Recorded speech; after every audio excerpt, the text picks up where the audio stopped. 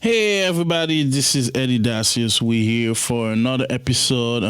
We have a wonderful guest. Her name is Stephie Jean-Charles. She will talk about a journey. Like I said, this episode is brought to you by Dacius Facility Management. Dacius Facility Management, they will manage your property with a variety of services. Call them now, 617-237-0106, or go online at daciusfm.com. daciusfm.com. Do you want to maximize the value of your commercial property and achieve optimal productivity and efficiency in your day-to-day business operations? That's where Dacius Facilities Management can help. DFM offers Boston area businesses help in key areas like building and preventive maintenance, handyman services, project and vendor management, and even security consulting at competitive rates. Call Dacius Facilities Management now at 617-237-0106 or visit daciusfm.com today.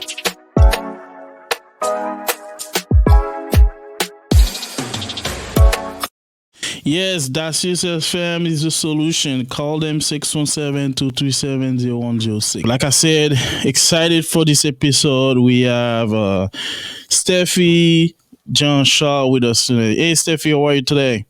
Hi, I'm good. How are you? I'm great. I'm great. Thank you for being here with us. We're going to start Divine Purpose Podcast. This is our 45th episode. Let's go with the intro. Welcome to the Divine Purpose Podcast, where we transport you along one of the more dynamic journeys of life. Have you ever been curious to know what it takes to become a successful leader? Or about knowing the secrets of life through the Bible? How about engaging in conversation where no topics are off limits? We will take you to new levels with guests who can help you grasp the importance of your calling. Now, here's your host, Eddy Dacius, founder of Dacius Facilities Management.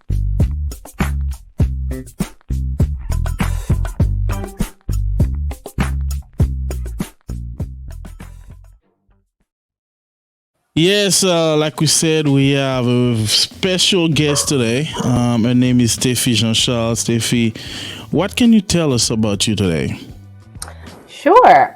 So I am a controller and accounting manager for a consulting firm. I've been in accounting and finance for over 10 years. Wow. Yeah. But, I started like my senior year of high school. I had gotten an internship in, it was at a bank, like a local bank in the town that I grew up in. I grew up in Melrose, Massachusetts. And so I got an internship in the bank, and I pretty much just stayed in banking and finance the whole time. My apologies. I have a dog, so you might you might see and hear my dog in the background. There's not much I could do about that. No problem. We can go. But yeah, so that's how I kind of got into kind of finance, and then I worked there all through high school, all through my senior year, and then all through college. Like I would go back home on the weekends and work on Saturday and Friday nights at this local bank, and so I kind of just stayed in finance ever since. Wow. So, and thank you for sharing. Like I said, this always a great, it's like a journey. So now, boss, and you're the tour guide, and you're taking me to your journey. So let's go to, how was it for you growing up? I don't know if you were born in here in the US or if you were born in Haiti, but tell us about your upbringing. Yeah. So I was born in the U.S. Both my parents were born in Haiti and born and raised in Haiti. And then, so there's 8 of us in terms of my siblings. So the older 4 were born in Haiti, and then the younger 4 is when my parents came to America, and we grew up in America. And then upbringing, I would say we grew up pretty typical, pretty typical Haitian, l'école, l'église, la caille, You're right. That's the, do you know every Haitian guest I have who like their parents are from Haiti, that's the same thing, like the typical Haitian, l'école, l'église, la caille. Yeah. Like even like friends, like people that I'll meet now, like, and I'll talk to them, and we share so much of the same stories, like, the same types of situations. Oh, my Yeah. mom used to say this, or my parents would never let me sleep over people's houses. There's so much similarities when you speak to like another Haitian or Haitian Yeah. American, like, it's all the same. So I would say I grew up pretty standard like that. My mom worked, 2 to 3 jobs. My dad worked as well, very hard. And, just trying to really raise the 8 of us. I always tell my mom, I'm like, I don't know how you did that, but yeah. Yes, that's the big one. And like I said, we appreciate our parents' dedication, commitment to our life and success. Can you share with us like your favorite childhood memory? Oh man. I would say my favorite child. So my mom was big on going to yard sales. Yeah. She's even to this day, she likes to, buy, she gets a Doom. She buys a whole bunch of stuff out here, Yeah. throws the Doom, sends it to Haiti, right? And so Yeah. she's been doing that since I could remember. So one of my, like, I would say favorite memories is on Saturday mornings, she used to work overnight. So she would do 11 to 7. And then when she would come home, she would immediately, everybody would have to be cleaning. Everyone has to get up, start cleaning. Yeah. But then around like 9, 10 in the morning, she'd be like, come on, let's go. We're going to go to the yard sales or the flea market. And we would just go and just get little things that we can send to Haiti. And it was nice because it was always just something that me and her did. I was the youngest of 8. And so, some of my older siblings, they would be kind of embarrassed to go because sometimes, it's a yard sale or flea market. Yeah, that's the age. They're too cool, Yes, yeah, they were too cool. So they had to stay home and clean, and that's fine. And so I would go with my mom and we'd be out, and then we'd get something to eat after, and then come home and we'd be, unloading the car. My brothers would come help. So I just feel like anything like that, it's not one particular like memory, but doing that with her was very, very special for me. Yeah, and thank you for your answer. Let's and this is like, that's what I'm saying. I was telling you before we started this episode that every guest telling me new things I didn't. Yes, I know about Doom, but you are the first guest to mention it, and I think most Haitian do it right in terms of sending aid or sending stuff to for family or friends. When did you realize this was like? When did you realize that was something your parents were doing to help others, or did you always knew that was the case, or did you came to realize that? I think I probably started realizing like a little bit later, like maybe like 10, 11, it was kind of clicking that like, oh, this is like really helping, our family when they call from Haiti, it's, that's because my mom and my dad, they're helping them. And so, I was connecting all of the dots, like, okay, you'd be getting these calls. I got to put together my little crayon to talk to my mata real quick. And then it's like, okay. And then this big Doom comes all the time. And then we go to yards. So it's like, it took a few, like probably a couple years before I really started connecting all the dots. Like, wow, my parents are really like dedicated to giving back to their, their family and their community in Haiti. So let's switch to, what are the 3 most challenging event in your life, and how did they challenge you? Challenging events in my life. I think my first initial challenge, I feel like when I was like applying for college, I think that was my first kind of challenge that I had to kind of face on my own, because my parents weren't really, I have older siblings that had gone to college and everything. And I think they pretty much did the same thing I did, where they would kind of fill out most of the things themselves. So where I was at a point where a lot of my siblings were older and out of the house. And so I found it kind of was on me to figure out, okay, well, how am I going to do all of this? How am I going to apply to colleges? How do I know which ones to apply to? Where does the money come from? Like, I had all of these thoughts in my head, like, no one explained the details, but, so that was kind of my first challenge, was figuring that, and I had to write like a college essay, which I found that it was very hard for me to write that, even though I was really, I really liked writing. I was really good at writing. It was hard because they wanted you to pick like one life event.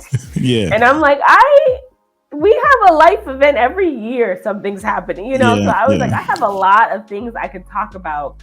So I found it hard to kind of zero in and like, okay, what do I want to tell this college? What is really going to show who I am and what I bring to the table? So I would say my first major challenge was just navigating the whole going to college experience.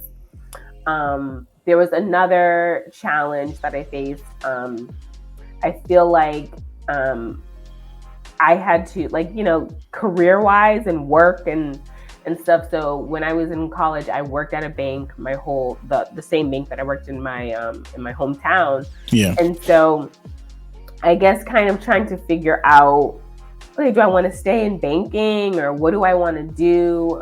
Because I was finding that I was kind of being pushed in the banking direction because I already had that experience. And so it's what would set me apart from like everybody else that comes out of college. They're entry level, but I had been working at a bank all college, so I wouldn't be entry level if I stayed in this field. Yeah.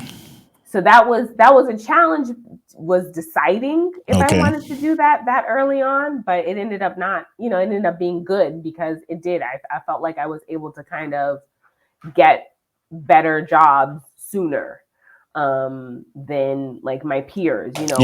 We came out of college and some of my friends would be working at like a store, like a retail store or something, but I'm like, oh no, I'm a customer service manager at this bank. So it was like I was able to do that. But it was a little bit of a challenge trying to, I didn't want to pigeonhole myself. I didn't want to be stuck in one thing. I'm 18, 19. How do I know I'm gonna like anything in a year? Yeah. So that was a major challenge. And then I think my third biggest challenge, my daughter. So after I had graduated college, I ended up, having my first child. And so it was, a big deal. I wasn't married at the time and I was young. I was 23. And so, it was a challenge navigating motherhood, but still wanting my career. Like I really was very adamant about, I don't want to be like a struggling single mom. I don't want that life. I still want to be successful. I still want to, So it was a challenge because I felt like I had to, at times, right, I would have to like, leave. My daughter would have to be with my mom, my parents, or my aunt or something. Like, I didn't get to be just fully there all of the time, And so I felt like just having my daughter at such a point in my career and being a single mom at that time was a really big challenge for me to kind of get past. So I would say that was probably like my third biggest challenge. And I appreciate the way you went in length and explaining this. But if you allow me, let me try to kind of go a little bit further on my question. Mm-hmm. You said you had to decide between motherhood and focusing on your career. Mm-hmm. For some people, it would be an easy answer, right? But why was it difficult for you? Yeah. I guess for me, because when you're a mom or a woman, I feel like you always have to choose. Like I always feel like men don't technically have to choose, right? Men, they have kids and they have their career. It's never like either or. Yeah, I see. Yeah. But with women, it's like you kind of have to choose, because, right, if the career that I was going into, I was shifting from banking and I started going into accounting roles, and I would be at like construction companies. And so I'm in these meetings where like I'm working with a CFO or, things like that. And it's like, I can't call in sick because my daughter's sick, and I can't just leave to go see her, school show or something like that. Those are important roles too. Yeah, exactly. And they were, it was very important because I want her to see my face in the audience too. Yeah. But it's like, I want the CFO to see my face in this meeting, to hear what I have to contribute, because that could put me in a better position so I can provide more for her. It was just this big circle. And I think the way you're talking, you succeeded, because I just say 14 years in this industry, it's not easy, and I think that was a good decision you made in terms of carrying both, right? Yeah. So how important you think the support level is? Like, the reason I said it, because I know Haitian, we have our thing, but we are big in supporting. We are big in community. Yeah. Or was that important for you to kind of allow you to carry your dream and raise your daughter? Yes. So support is a big thing. It's in every aspect, I think, in anything you're doing, whether it's your career, your child, your life, your health, you need support. And for me, to this day, I always tell people, like, I don't know how I would be where I am if it wasn't for my parents supporting me, not just in the regular, parents and daughter way, but what they did for my daughter. Like, I'm forever indebted to them, because they did allow for me to still live a full life, full career, do what I need to do. And I have an aunt too, who she would take my daughter for me too. Like, it took a whole village, really. Like, I had, my brother would sometimes go to her school to do something for me. My dad picked her up after school. My mom watched her in the morning. And so these are the things that I mean by support, where it's like, I don't know if I had to, because I could have, had to call out from work, and then I could have lost my job, and then the next employer won't take me serious, so the fact that my family was able to kind of keep me afloat, I feel like, in terms of support with childcare, but also, like, my sisters, they were very motivating, and they gave me advice, and, so I feel like support is really what got me to, support and drive and, all the other things, but support really is what allowed for me to get to where I am. So looking back in your high school days, what was your dream job in high school? In high school, I wanted to be a guidance counselor. I just wanted it's nothing with finance, nothing with accounting. I wanted to just be a guidance counselor. I think because I was really close with my guidance counselor. Yeah. And she had helped me kind of turn it around with my grades. And she's the first one to kind of be like, hey, this class, you're kind of slipping here. What's going on? Yeah. So she kind of held me accountable more than, like, my parents, Yeah.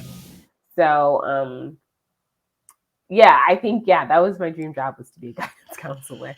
But when did that job kind of shifted where you said, oh, so what happened with finance? How did finance came into the picture?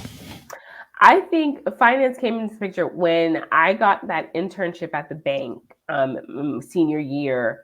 And I was working at this bank, and I was working with a group of older women, right?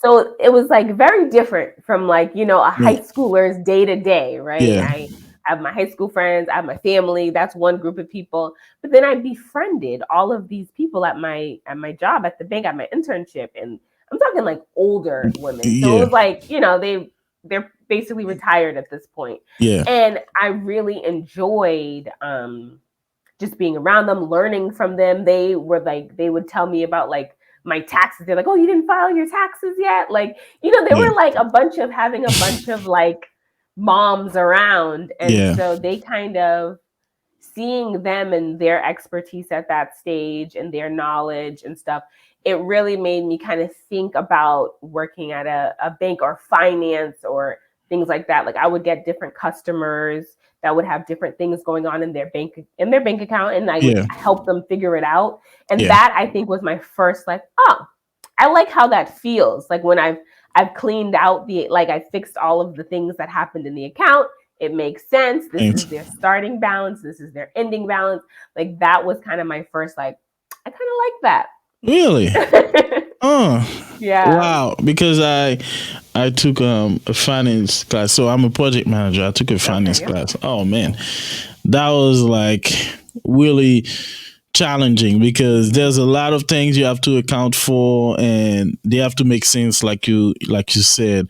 Let's go to which of your accomplishments are you the proudest? Ooh, what am I the proudest of? Oh my goodness, this is tough. Does it have to be career accomplishment? No, it can be anything. Okay. Can be anything. I would say I'm the proudest of my daughter. My daughter is kind of my proudest accomplishment, if I'm being honest. Everyone thinks their child is smart, but so I think she's, for her age, she's brilliant. The way that she speaks, the things that she says. I'm blown away at a lot of the things that she can figure out on her own, that she can talk about. Like she can really hold her own in a conversation about a few different things. And like people have always said, like, oh, when I'm talking to her, it doesn't feel like I'm talking to an 8-year-old. Wow. And so I always have those kind of proud moments when, someone says that, because I like that she, she can advocate for herself. She knows, hey, something doesn't feel right. Something doesn't seem right. I'm going to stick up for myself. But she knows to be respectful and certain things, like she, so I'm just proud of how she navigates things sometimes. So I'd say she's my proudest accomplishment. So looking at this is a trend where women are being empowered more. But this is a question I started to ask a few guests. And the question goes like that.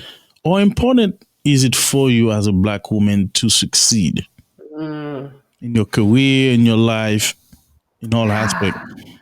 I think it's extremely important. And I almost feel like it's because I'm a Black woman, right? It's like sometimes, some of us can feel like we are already looked at as being less something just by being in a room, right? We might feel like less than, whether it's coming from us or the crowd that we're in front of or whoever. But sometimes you kind of come into a situation and you already feel like, oh, I'm less than the rest of the people at the table. And so it's very important for me to be successful because I would like other Black women also to know we deserve to be at that table just as much as anyone else, right? And I especially for like other women, other Black women, for my daughter, for my nieces, like I think it's so much riding on, being successful. So for me, it's probably the most important thing, honestly, is to be successful and to feel like I've encouraged someone else to go outside and be more. This is another big question where people talking about the imposter syndrome, and so now the question is, when did you realize, oh, Stephie Jean-Charles made it? I just arrived, so now you feel comfortable in your role. You know what you need to know. When was that moment? That moment was not too long ago. I will definitely say it was definitely in the last few years, even because I was put in my first accounting manager role, right? I had been an accountant, a senior accountant, things like that. I've been in those roles, but I was an accounting manager for this company, and I was left to make decisions, right? And I was looked at as like, hey, you should be the one to answer this question. Listen. And Oh, so man. there were, I was I remember like calling, people and feeling like, I feel like, I shouldn't be in this role. Are you sure? And one of my cousins, he gave me really great advice, and I think when I answered the questions, when I found myself answering these questions correctly and being able to solve problems, I'm like, oh, okay, so I let me find out. I really am an accounting manager. So that was how I had my first moment of like, no, I'm here. I'm here. Yep. I'm where I'm supposed to be. Yeah. No, that's and I think that you so honestly, for the past 5 episodes, I've been asking this question and they've been telling me the same thing. So I have a guest 20 years experience, and she said it was recently. Mm-hmm. Yeah. So it's not something people just get like passed through quickly. Right. It's a process, So now, what advice would you give somebody who's starting their career now? I would definitely say network, right? Network as much as you can, even if you don't think this person has anything to do with where you want to end up, like network, because you just never know who's going to be on the other end of an interview, who's going to be, at a company, or who has just advice in case you decide to make a career switch. I would say network. I would definitely say be open. Be open, because I didn't plan on being in the role that I'm in. I didn't plan on this. I didn't expect that I would be managing, all the different things that I manage right now in my role. And so it's like I was open because my current boss, she had reached out to me via LinkedIn and just wanted to have a conversation. She's just like, hey, I didn't even apply for the job. She just reached out on LinkedIn. She's like, hey, I just want to have a conversation. Your background looks like you might know a little bit about the role. Cause she was even asking like, hey, if you want to talk about it, or if you know someone And so we ended up talking, and like, I think within like a week later, I was like getting an offer letter because, I met with her, and then she wanted me to meet the team, and then, went by really fast. So I felt like if I wasn't open to that first conversation, I would have missed a great opportunity. So, and this is now another big question. Is there one thing you wish you knew before you started your career?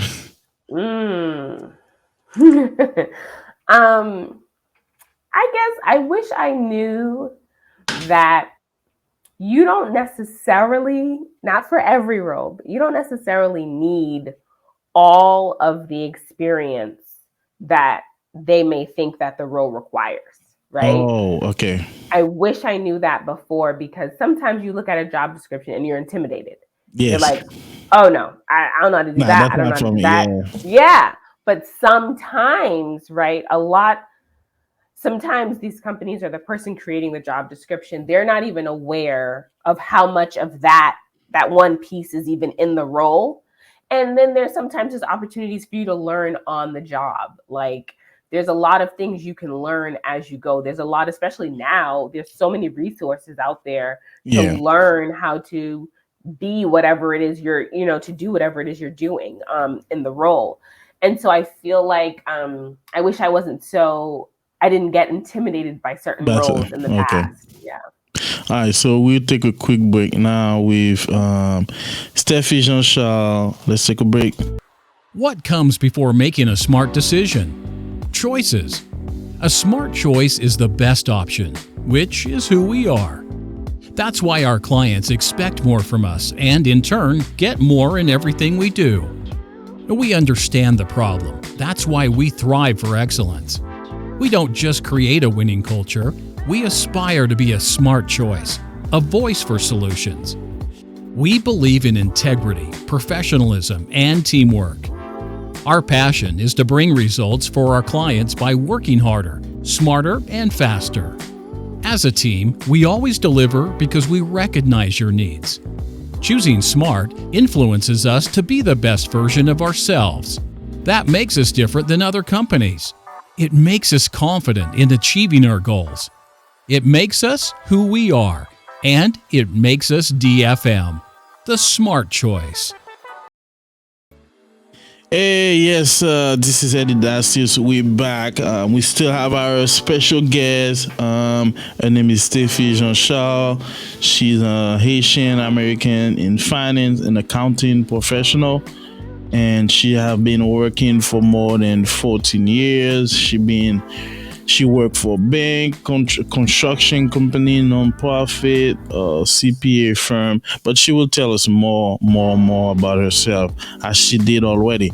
But Stephie, one thing I just realized, I didn't ask you what is the best compliment you ever gotten?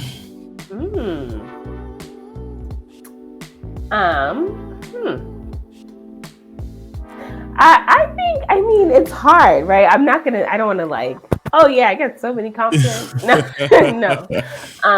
I know that I liked when someone who has known me for a little while, not someone who doesn't know me, but someone who has seen me through some different seasons. Yeah. And they had told me, they're like, I like your energy now, a lot. The way that it is now, I like it. Where they feel like there's a shift, from how I used, how I would handle something before to how I handled it now. They're like, yeah. I like that, and I see it, and it's been with me, in my head, because now I think about it. I'm like, oh wow, yeah, it's like basically if someone says, I can see your growth, and yeah, and it's great. It's a great feeling to have someone recognize, your work. Your work, yeah.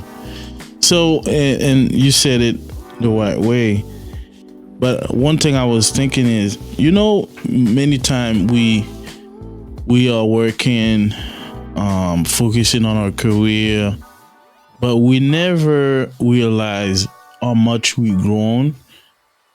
Did you always reflect on your growth?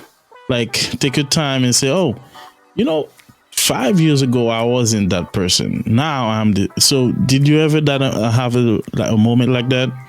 Yeah, definitely. And I think more so recently, I think obviously with the role that I'm in, I've been in this particular role since August, and to date, this is my most my highest responsibility, highest level kind of role. Okay. And so I've been kind of in reflection mode a lot lately, where I'm just like, wow, 5 years ago, I was asking someone the questions that I'm getting asked. I have to reach this person before I can reach the CFO, and now it's like, well, I'm the money person now, so it's like, wow, that's so. So I have been thinking of that. I have been realizing, the steps that I took that got me to where I am, and just how big of a difference it is from the kinds of jobs that I was looking at 5 years ago versus, if I was, I don't plan on leaving my company now, but if I was to leave, I'm like, wow, the kinds of jobs now versus before, that are offered to me is very, very different. And this is what I realized too. Many times we working and we feel like our process, the growth process, doesn't meet our expectation, but we're still growing. Yeah. Do you feel like people misunderstand you? Oh, okay. Well, this is the question. What do people misunderstand about you the most? I think one thing that I do think people misunderstand, and my husband, if he was here, he'd be like, yeah. So I can, because I'm big on planning. I like to plan everything. I don't like unexpected. I want to plan for anything that could happen. Yeah. it could come off as like, a little bit almost controlling, where it's Yeah. like, I have to know You a where this. controller. Right. I mean, it's all aligned. It's all, Yeah. but that's what it is like, I Yeah. like to plan. I think that's exactly why I even, have been in finance this whole time, because, I'm numbers make sense, right? Sense, There's yeah. nothing unexpected. We can plan. We know we have this money coming in. This is how much, we can afford to go out. Boom, boom. Like, it's just what I like to do, and I like to plan and be ready for things. So I think that would be the biggest misconception, is that it could come across as controlling at times. And let's go to college now.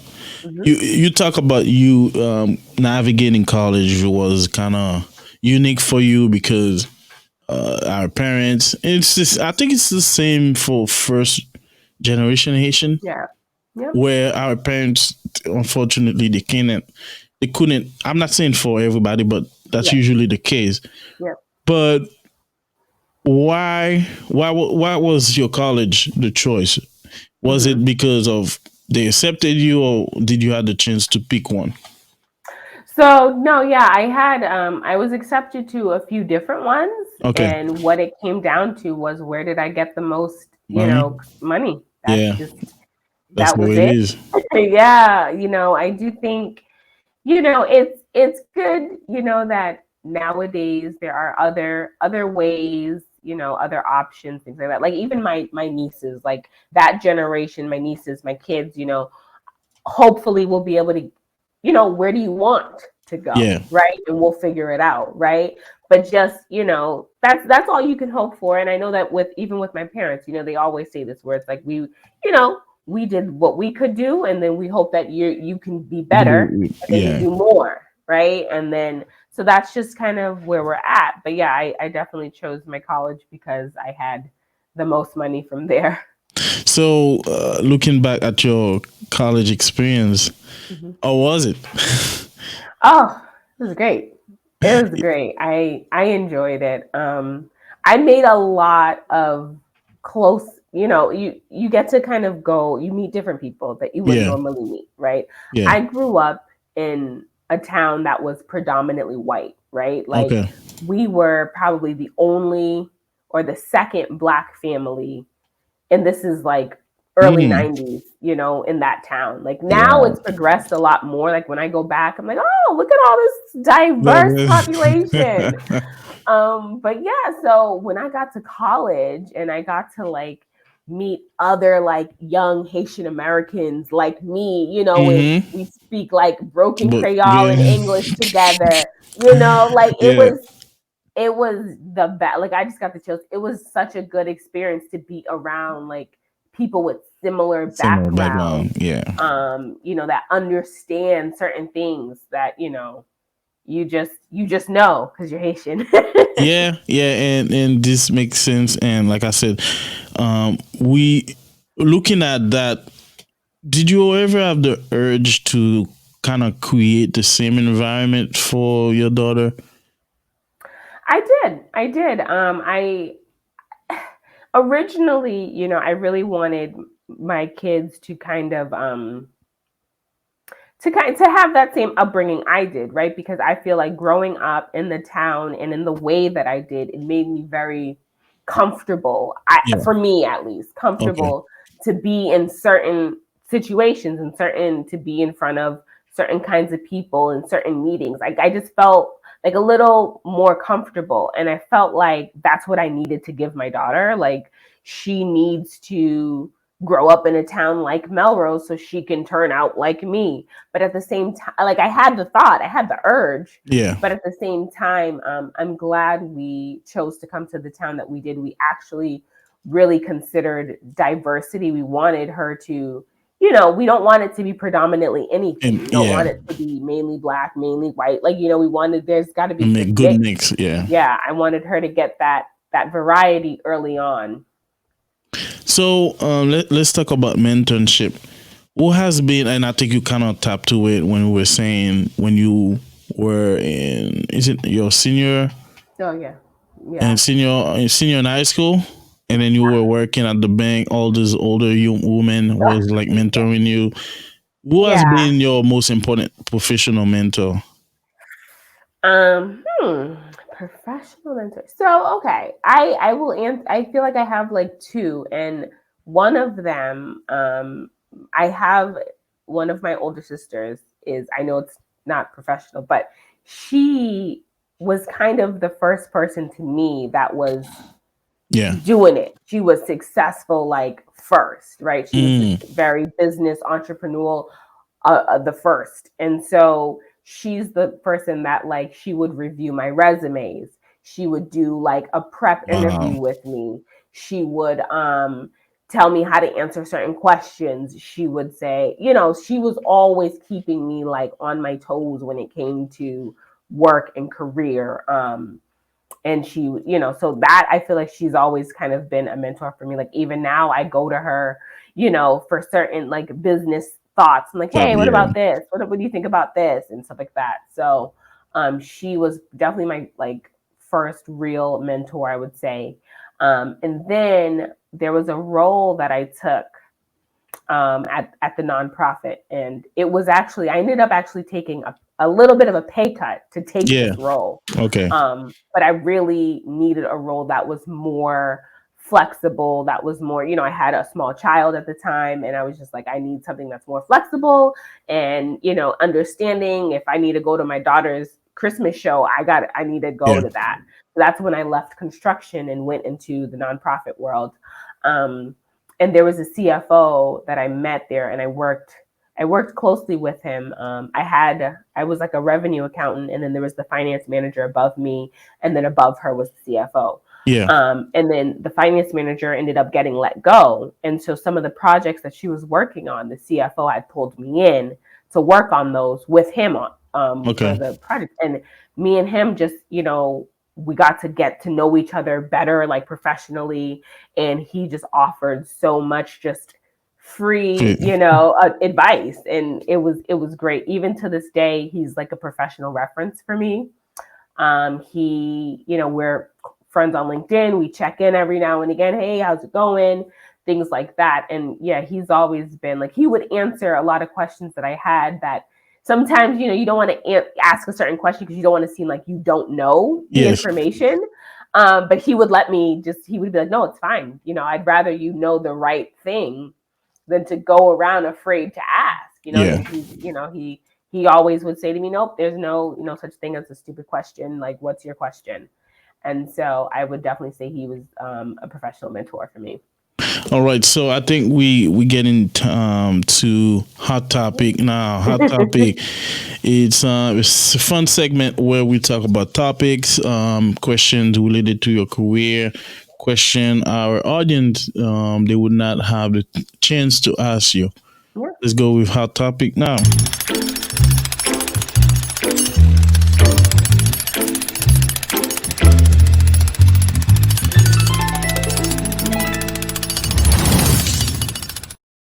Can you tell us what is the misconception about finance? Where people think, yeah. I think a misconception I think about finance is that like anytime people hear like, oh yeah, you're in finance, you must make a lot of money. Like not always. I think that it really comes down to, your experience, the different, what industry are you in, right? It's more specific than just being in accounting and finance. It depends on what industry, what is your role per se in accounting and finance. So I just know like a long time ago, like, I would tell my friends and they'd be like, oh yeah, well, Stephie's rich, or Stephie's the finance girl. She's going to be rich. And I'm just like, well, let's pump the brakes a little bit. But yeah, I think that's probably one of the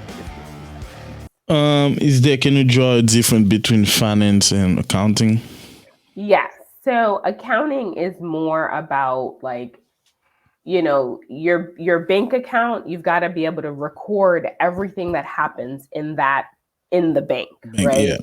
And so it's less about cash and it's more about record keeping. That's more accounting. And then there's rules, right? There's these standards and guidelines, right, for accounting and things like that. So it's more about rules and record keeping and the right way to record keep and things like that. That's accounting. Finance is more when we're talking about cash and we're talking all things related to money transactions, things like that. So there's a little bit of a separation there. Thank you for your answer. Let's say, which is the big aspect of poverty? Is it finance or accounting? Or both? Of poverty? Yes. Like, let's go to Haiti, right? Okay. They say it is a poor country.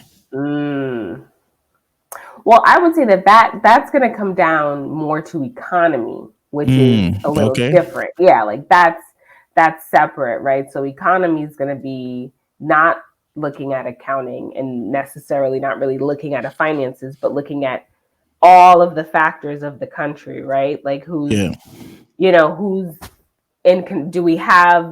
are people making money to spend it? Are they spending it in the country? Who's in control of the money once it comes in? Is it being then reproportioned into the country? Like, are they using it on the country? So that I would say that the poverty, when we're looking in terms of poverty, we're talking more economy. And this question is related to entrepreneurship. I feel like people spend more time getting the best business plan, but not having like a financial strategy. Right. Can you talk about that? I can talk about. I'm not really an entrepreneurial person whatsoever. I love other people that are entrepreneurial though, but I'm not a risk taker. So that's the difference for me. But yes, I think because people will have this great idea and like, oh yeah, this is gonna make a lot of money, this and that. Okay, but how much money are you gonna spend? Right? Are you gonna spend more than you're going to be getting in on it, and at what point, right? Because then you have to, when you run the numbers, at what point are you now actually making money? Because you're not going to make money the first like year or two sometimes, right? Yeah. And so it's like, at what point are you actually going to make money? And then what is your plan? Because you're going to eventually need to hire, you're going to need a team. If it's such a great idea, you're not going to be able to do it yourself, right? Yeah. So you've got to factor in salaries. You've got to factor in marketing and expansion and things like that. And so I feel like a good business plan should have, the finance plan in it, the budget plan in it, the return of investment, like your wife said, in it, if you have a good business plan. Yeah. So, looking at, I don't know if you ever had that opportunity to maybe approve people for business finance. What was? Let's say, can you think about one application that makes sense and everything was done right, where they had everything ready, or did you? I was a loan representative for a bank for a small time. And this was like at least like 10 years ago. So I don't know if I remember all of the details. Yeah. But I do know there was a person that came in and they wanted a business loan. Yeah. They had already had a relationship with the bank. That's one thing that I noticed that put them ahead of others, right? We already know who you are. They already have a relationship with you. So off the bat, your loan is going to make it in front of an approver, definitely. Yeah. And then they had a store. I think they had like a store. It was like a bank that I worked at in Dudley or something like that. And they had a store like in the area, like a local store. So they were already a local. And then on top of that, they kind of had the reputation of the store backing them. They still had to provide like, all of their, their tax documents and everything. Still had to go through the proper channels. But what I do remember about that is it got approved very quickly. And even though the person's like, to me, it didn't seem like, your business is okay, but you need more money. So I don't know if it's the best, thing to lend you more money, but they did get approved. And so I think one of the things that helped them was it being a local bank. They are well known. They already have a relationship with the bank, things like that. Because sometimes, if you're looking at like a big bank, if you go in front of like a big bank, they don't know who you are. And so you're going to need to like provide and prove so much more that, you're trustworthy than if it's a bank that is, like this was a credit union. So things were probably a lot different 10 years ago at a credit union versus now. But Is it true that you need to have a good credit score to be in finance? Some jobs, they will check your credit history. I don't know. Let me know. I have had several jobs where, they ran my credit. It wasn't though that I needed to have like good credit. I couldn't have anything really bad on there, right? Because I'm going to be in a position where I'm going to have access to bank information. So they want to make sure that you're not in a compromising position in your personal life that you would steal, So, like, I remember the bank job, right? That first job, I remember they checked my credit and I think I had like an old cell phone thing that like, I didn't pay. And they literally were like, we can't hire you. And I was like, it's like $300. That's the only thing on my credit. And they were saying that like, you're going to have access to the bank vault. So you're going to have access to your own cash drawer. Like we have to make sure that you don't have any debt that you would want to steal and pay. So my sister, the one that I was telling you about, she ended up having to give me the money to pay off like T-Mobile or AT&T or whatever. So I could start there. But I've had several like accounting jobs where they ran my credit first. Wow, that was great, Stephie, on Hot Topic. So we getting close to the end of this episode. Is there like a question you wish I asked you today? No, I think we covered everything. And let me go with you with this question. What is the future hold for Stephie today? I'll probably be a CFO next time. I'll be a CFO. Now you put it, speak it to existence. Yeah. That's the plan. CFO. So, is there any books you can recommend our audience? Any movies? Any travel site? I don't know what. Yeah.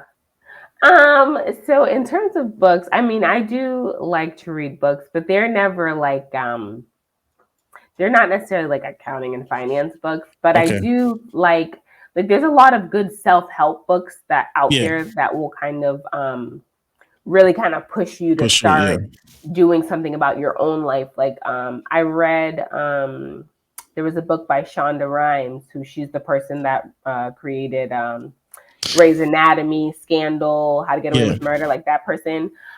She wrote a book called The Year of Yes. And that was a good book. It kind of talked about like she was always saying no to things. And so she's like, she made a thing where she's like, you know what, this year I'm gonna say yes to stuff. And so lots of different things started happening for her when she started doing that. And so I think it goes along with what we're talking about and being open. Be flexible, Any other thing you would like to say? So like I said, we appreciate having you today. This is Eddy Dacius with Divine Purpose Podcast. We have Stephie Jean-Charles with us, and she did a great job. She took us to her journey, her passion. And last word for you?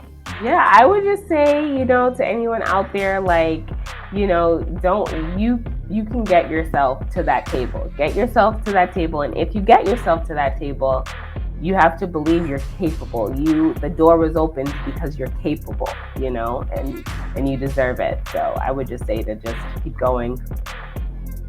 All right, that was Stephie Jean-Charles. She's I'm Haitian-American Finance and Accounting professional. She has more than 14 years experience in the finance industry.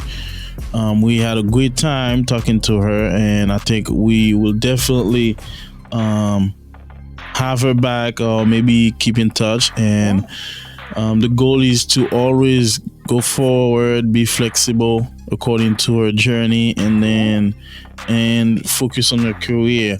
Like I said, this is Eddy Dacius with Divine Purpose Podcast. Thank you, Stephie. Appreciate it. Thank you. Have a good day. You too. Thank you so much for having me.